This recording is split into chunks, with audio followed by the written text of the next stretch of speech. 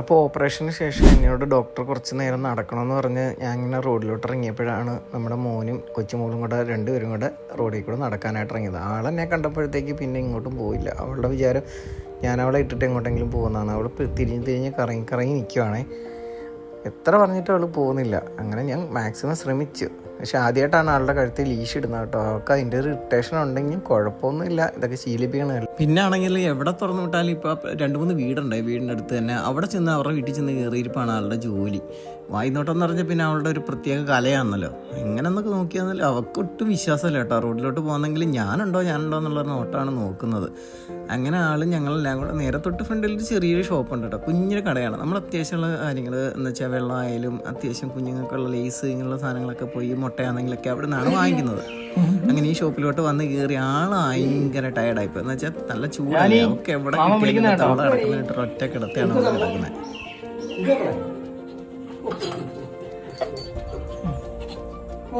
ക്ഷീണം ഉപ്പ് മാത്രം മതി എണ്ണ.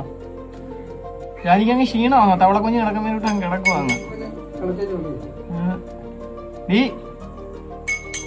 ജാനി ചുച്ചി പെണ്ണേ വീട്ടിൽ പാ നടന്നോ. കുഞ്ഞ് നടന്നോട്ടെ.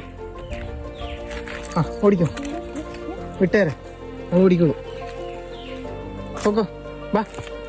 ചേട്ടൻ എന്തുകൊണ്ട് ഓടി? ചേട്ടൻ്റെ കൂടെ ഓടിക്കും. ഇന്ന് ഹർത്താലായതുകൊണ്ട് എൻ്റെ തുണിക്കട ഇന്ന് അവധിയായിരുന്നേ. അച്ഛൻ പോരാ നിൽക്കുവാ. ജാനി അച്ഛൻ അങ്ങനെ ഓടി വരാൻ പറ്റത്തില്ലടി. അച്ഛൻ ഒത്തിരി നടക്കാൻ പറ്റത്തില്ല. ഉവ്വാ ഇതൊക്കെ നടക്കാൻ പറ്റത്തുള്ളൂ. അവിടെ നിൽക്ക്, അച്ഛൻ വന്നിട്ട് പോയാൽ മതി. കുഞ്ഞെവിടെ നിന്നാട്ടെ. അച്ഛനെ കൊണ്ടുപോ. അച്ഛനെ അല്ലേ വേറെ വവ്വ പിടിച്ചോണ്ട് പോകത്തില്ലയോ?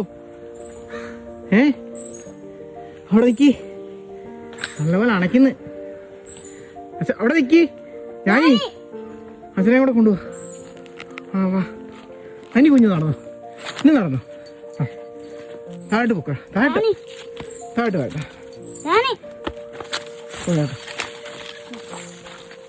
പോയട്ടെ. പൊക്കോ. അച്ഛൻ വരുവാ. അച്ഛൻ ഉണ്ടടി. അച്ഛൻ പെതുക്കെ നടക്കുവാ. കുഞ്ഞു പോയാട്ടെ. അച്ഛൻ വരുവാ. ഞാൻ നടന്നു വരുന്നുണ്ടോ നോക്കുക. പൊക്കോ.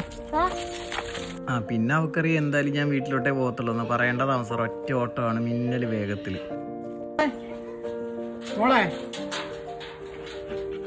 അഴിച്ചുവിടാം. ചങ്ങലോട്ട് അഴിച്ചു വിട്ടാരെ. ബാ കൂട്ടി കയറിക്കോ. നിനക്ക് നല്ല ചൂട് എടുക്കുന്നില്ലേ? ബാ വിളിച്ചോണ്ടോ. ബാ വേണ്ട കയറിക്കോട്ടെ. നമ്മൾ കൂട്ടി കയറിക്കോട്ടെ. നമ്മൾ വെള്ളം കുടിക്കണം. നല്ല ചൂടല്ലേ. കയറിക്കോ. ഇത് ബെല്ല. നമുക്കൊരു അഡോപ്ഷൻ കിട്ടിയ ഡോഗാണ്. പക്ഷെ അവളുടെ അടുത്ത് എന്ത് പറഞ്ഞാലും അവൾ അതുപോലെ അനുസരിക്കുന്ന ഒരു ഡോഗാണ്. ഇത്രയും നല്ല നീറ്റ് ഡോഗിനെ ഞാൻ കണ്ടിട്ടേ ഇല്ല.